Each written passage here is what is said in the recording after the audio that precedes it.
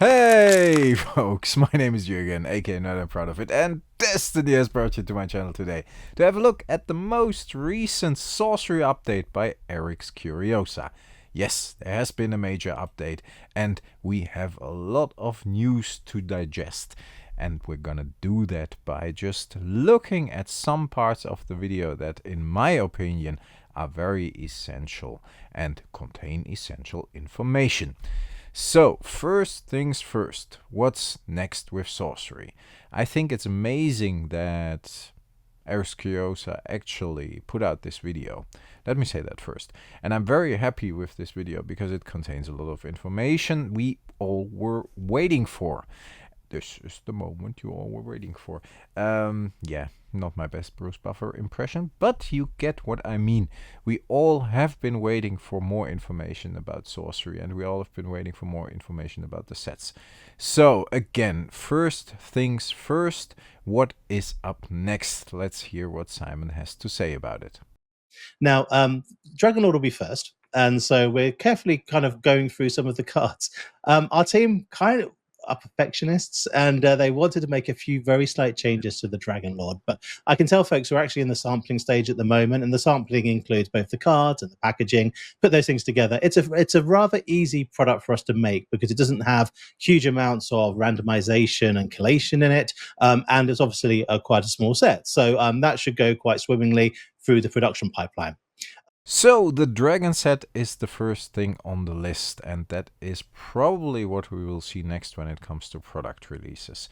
And I'm really looking forward to this set because I think what we've seen so far from Edbeard Jr. is fantastic. Just have a look at a couple of the images I put on the screen, and I personally am very happy that this set is around the corner. I'm not quite sure how this set will be released. I believe it's kind of a web shop exclusive thing. Correct me if I'm wrong in the comments, please, because there is not a lot of information. Maybe they just send it out to stores as well, or maybe both. But yeah, it seems a bit like a Magic the Gathering secret lair, if I'm allowed to compare it with that. But honestly, just looking at the art, looking at what Edbeard Jr. can do, I'm really excited for this set, and I think you should be too. What is next after the Dragon set? Obviously Gothic, and we all know Gothic is coming, but the Eric's Curiosa team has been talking about Gothic in a bit more detail. So let's hear what Eric has to say, what the status of Gothic actually is at the moment. Well, it's right now at the at the stage where you sort of try to tie the bag together and you're waiting for the last pieces of art to come in, and you kind of get rid of the last cards that just didn't quite work out game design wise, or the art is too late, so now we put something else in there. So it's sort of like a jigsaw puzzle where the pieces are sort of changing as you're trying to fit them in. So, Gothic is coming, and I think very important for the Gothic set is that it is a set that has precon decks. Precon decks, we haven't seen those since Alpha and Beta. Not for Arthurian Legends, but Gothic has it. And as Gothic is a set that does have precon decks again, there have been some challenges. Let's hear what the team has to say about that. A cool challenge to revisit really has been the development of the precons. So we've been playtesting them a lot, making sure that they're balanced, that they're fun to play with. Playing with the precons, right? We're gonna have precons again. So we're making sure that everything works well, right? You know, what's kind of the biggest challenge of the precons? I think at this stage, it's mostly at this stage, it's mostly tweaking stuff. But these precons have been with us from the very start of Gothic development. So they're actually kind of where you first find your footing and figure out what kind of themes you're wanting to focus on in the set as a whole. And Gothic is a set that's a really big set, so we have a lot of cards. That means there's been a lot of tweaking that needs to be done. There has been a lot of tweaking. There is a lot of tweaking that needs to be done. There is a lot of things that need to be considered. And I think the most interesting part about that is that the team is testing, that the team is doing like a lot of gameplay, and they are testing all kinds of approaches for the set, if you can say that. So what is the set good for? Let's make it more easy. Let's make it more comprehensive. Is it a good set for draft? Is it a good set for sealed? Is it a good set that combines with the others? Let's hear what the team has to say about that. What's been the biggest challenge behind this set? I think I would maybe highlight two challenges. One has been, it's a big set. So it's a really big set, a lot of cards. So we need to make sure individually they work, right? And they also would combine well with previous sets. But also making sure that we have a solid product, right? So if you're going to draft, if you're going to maybe play sealed. So as an example, we're working on a large set, which is Gothic. And right now is a critical time. As we finished out last year, we kind of basically got Arthurian Legends into stores, did a lot of that type of support. But with Gothic, we then have to enter a production cycle. And it's rather a fraught time for the whole team.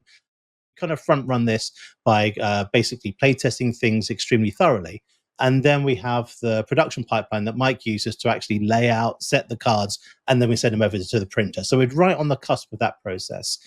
For the Gothic booster box, obviously it's a much larger set, and so we have a little bit more work to do. Eric has created an initial design, which we're moving forward with in terms of getting some samples. Maybe looking to experiment a little bit there. I'm not going to share too much at this stage, but it's a case of we absolutely want this to be an awesome product. Eric's favorite word is awesome, and so everything we do really has to reflect that. So that's just where we are. It's this time right now where we're on the cusp of entering production at scale, but it requires a lot of diligence, a lot of concentration. Last, but certainly not least, there's a lot going on in the world of sorcery when it comes to tournaments. We have a lot of tournaments going on in the US. There are some tournaments going on in Europe.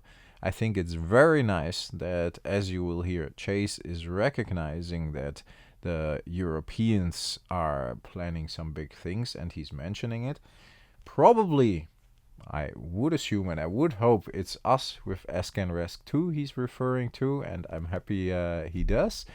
But they are also talking about the fact that the sorcery community has a certain wish about how tournaments should go, and about the way tournaments are perceived by them, or they think what would be the best way of tournaments to happen, which is not high-end competitive. So let's hear what Simon has to say about that. We've heard what our community have said about wanting to enjoy the competitive side of sorcery. We need to do it the right way, and it's challenging because we don't want to become a game which suddenly pivots into being like ultra competitive. This is not what we want. This is not really what our fans want, but they want to meet people with who are highly skilled and have a real good interchange between the two players. And so to acknowledge that, we're looking to see what we can do to support that in multiple different ways. The genesis of any competitive footing really needs to be at a store level where we bring people together. But looking beyond that, maybe to slightly larger scale events is something that we're currently cooking. And I think we've got some good news of people coming probably in March, potentially with partnership, which is going to make this a little easier for us. And we're just working now on how we can make this appear worldwide. It's quite a big ask because obviously we have to, be the ones organizing a lot of this, but we've got a lot of capable partners who can help us. So we're kind of excited about that. So I'm most excited for, the event seasons here kind of kicking off. I feel like we're on this yearly schedule starting in January now. Everything starts to pop off. We've got things happening in Europe. We've got things happening in planning going with the Quarters and Cup stuff. We've obviously got our now announced Gen Con event. More information on that coming in the future. Yeah, folks, I think that sums it up pretty nicely. I'm sorry if I cut too much or if I left out any info that would be interesting to you, but for me, I watched the video 3 times in total now, which is about 1.5 hours, and I think there's a lot of good information in there, so I would encourage you to watch the whole thing if you are interested, and if not, then yeah, it's your loss. But I hope I could have. I hope I could have. I hope I have. Not could have, but I hope I have summarized it well for you. I hope you enjoyed the video, folks. Make sure to hit that like button, hit that subscribe button. Let me know in the comment. It's horrible video today, but it's very late.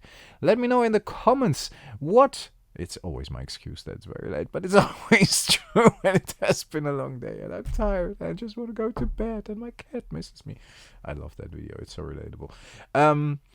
Let me know in the comments what you think about the actual updates, and I'm getting called for dinner, so that's a good sign. I don't know if you heard that. My daughter just called me for dinner, so it's a late dinner, but yeah, it is what it is. Let me know in the comments what you think about the video and what you think about the update by Eric Skirosa. Stay healthy, folks. Stay frosty. I see you next time. Thanks a lot for listening. Bye bye. Bear with us. And the other thing as well I wanted to talk about was how we announce new products. One thing that we heard as potentially criticism, but feedback from the community is, well, you were really secretive about Arthurian Legends. And the answer was, yes, we were, because it was that kind of feeling that we wanted to give. With Gothic, we're changing things up a little bit. So there will be more information shared over a longer period of time. And people can really, truly get excited about Gothic. I'm not sure when we're kicking that off. We're not